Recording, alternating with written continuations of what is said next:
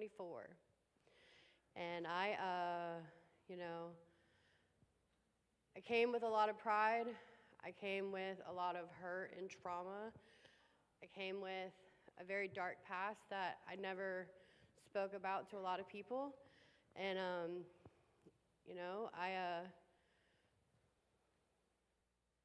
it's hard to talk about to people that have always taken advantage of you or have hurt you.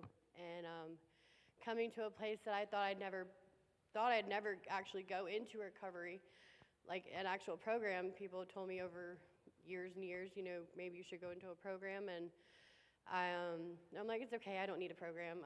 I can do it on my own, or I don't need it that bad. Like I can figure it out on my own. I've always figured it out on my own because that's what I was taught by my family. If you put it out in front of everybody, then obviously you're the problem. You did this, you did that, and it's known out there. Well, if you do it in secret, then people don't need to, people don't know about it. And it's, well, it came to a point where I had Michael, and I got pregnant, and probably the weirdest time, probably. And God gives you something that you're going to need in the future, because if I hadn't had him when I had him, I'm pretty sure I wouldn't be here today. And I had just gotten out of a very abusive relationship, and a relationship that got me on drugs, that put me in the street, that made me feel worthless and not wanted, and didn't make me feel like a person at all. And I finally left that relationship, and I started to get clean, and all of a sudden I'm like, hey, I'll be all right. I can go to a party and it'll be okay. I'll go to a party and, the next day I'll be fine. Well, we went to a party, and a couple weeks later I was pregnant. So I had to figure something out after that, because the person that I had gotten pregnant with, I didn't even know that person at all. So luckily, God gave me a father to my child that actually stuck with me, not relationship-wise, but stuck with me for Michael. And you can't find that literally anywhere except from God, because, but in that same year that I actually got pregnant, I went to jail while I was pregnant. I went through a lot of medical problems while being pregnant. I lost my mom while I was pregnant. I lost my grandma while I was pregnant. One of my best friends was murdered while I was pregnant. But 2 weeks after my mom died, I gave birth to him, 6 weeks early. My body was shutting down in the hospital, and they told me that I needed to have emergency C-section to have him, otherwise I was going to die and he was going to die.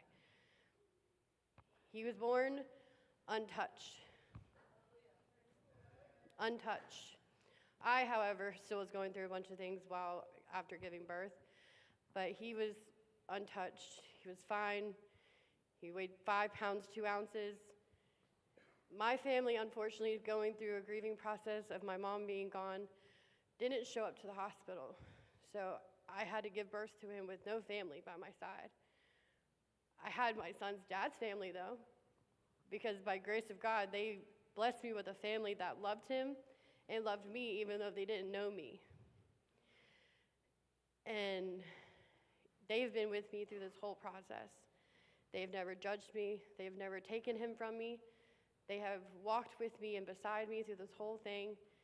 And I'm not saying my son's dad is perfect, because we both have our own demons and traumas and things, but he has been by my side with him this whole process. It got to a point when I thought I had it all together. I thought I could manage an addiction while being a mother, while not really having family by my side. And I ended up losing my dad. My dad died, And even though my dad and I were not very close at all, I lost it. I spiraled. I lost my apartment. I lost a job that I loved, that I was getting ready to move up into the highest part of the company. I was about to be a trainer to open new stores, to train people to open new stores. And I was about to be set. Me and Michael were about to be set, and I lost it all. Because I thought I could manage an addiction and be a mom and be an employee. And you can't do that. You can't. You literally you can't. I got to a point where I was sitting in a basement of a house that I was not allowed to be in. I was with somebody that they were also not supposed to be in. We had broke into a house and was getting high. I hadn't seen Michael in about 2 months, and that was probably the longest I hadn't seen him. And I cried out saying that I needed help. I needed something. And I was never a church person. My family didn't teach me about church. I didn't go to church. I obviously knew what church was, but I just never went. And I cried out, and I wasn't really sure who I was crying out to or what I was crying out to, but I found Regenesis online. I found it online. I didn't even know what it was. Didn't know about the program at all. And I put in an application. A couple of days later, Carmen called me. She's like, tell me your story, what's going on, what's happening. And I told her, I also have some medical things going on. Obviously, I was in addiction. I hadn't seen my kid. And she's like, well, let me talk to April, and we'll get back to you. 24 hours later, she's like, are you ready to come in? I said, what do I do? Like, she sent me a list of things that I needed to bring in, and just come in. So all you got to do is just walk in the door. Well, I didn't even have a ride to get there, so I didn't know how I was going to get there. I put a post out on Facebook, I need a ride to rehab. Can somebody take me? And some random person on Facebook that I didn't know said, I'll take you. I didn't know this person at all, but I was on the way there. He was a Christian. He had also been to rehab. He had been to a faith-based rehab, not Regenesis, but a different one. And on the way there, he prayed with me. I've never prayed in my life. I've never had someone pray for me. And when I walked in the door, first person I saw was Sierra. She said, I'm so excited that you're here. She didn't even know me. I just walked in the door. I said, I'm supposed to see Carmen. She's like, Casey, I'm so glad you're here. I'm so happy you walked through this door. And I'm like, okay. All right, this is what we're doing. So we go to the office. I'll never forget that. Literally never forget that. Go to the office. Obviously, Carmen checks everything in. We talked to April, did all the things. And I was so scared, so scared. Finally go to the Esther House. I meet Megan and Jessica and Mary and all the girls that were there at the time. Debbie, Teresa. Teresa had just gotten there a week before I had gotten there the first time. She was not very happy. She was not the funnest person to hang out with at first. We're a lot better now. But I didn't know these girls, but these girls took me in. Told them I didn't really have much family. Don't really have any family besides my son. And at the time, Emmeline wasn't even crawling yet. I think she was kind of crawling. But she was upstairs, and that girl helped me out so much. I loved her so much. And she really got me through a lot of it.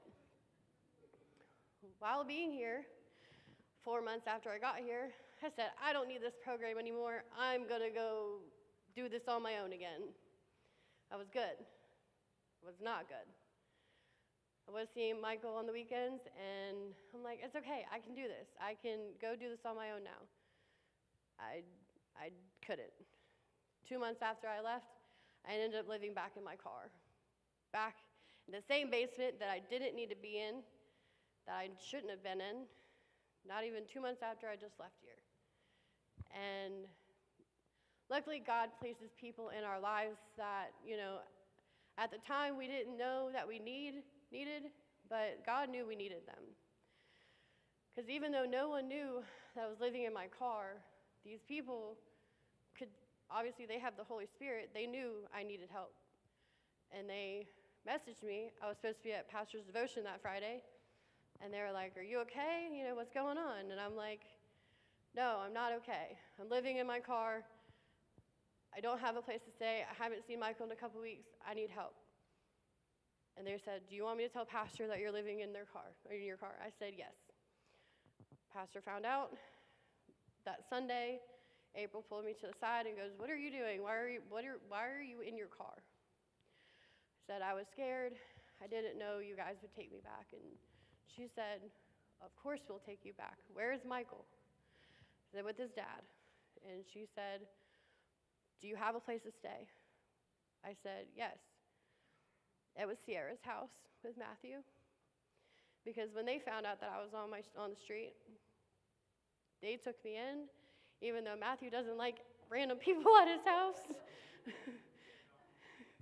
but I was kind of random.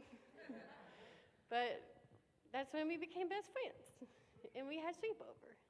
And then I came back to the program that Monday, and I've been here a year. And I have learned so much in this year. I have been through so much in this year. I have learned and learned and learned. I've learned how to pray. I've learned how to trust in authority, because Pastor will tell you he didn't like authority either at one point. I have learned to trust in God and my sisters and people that I didn't know, and believe that not everyone's going to hurt me, and not everyone is going to hate me, and not everyone is going to just push me away. When Michael first came here, he was 4. He's 6 now.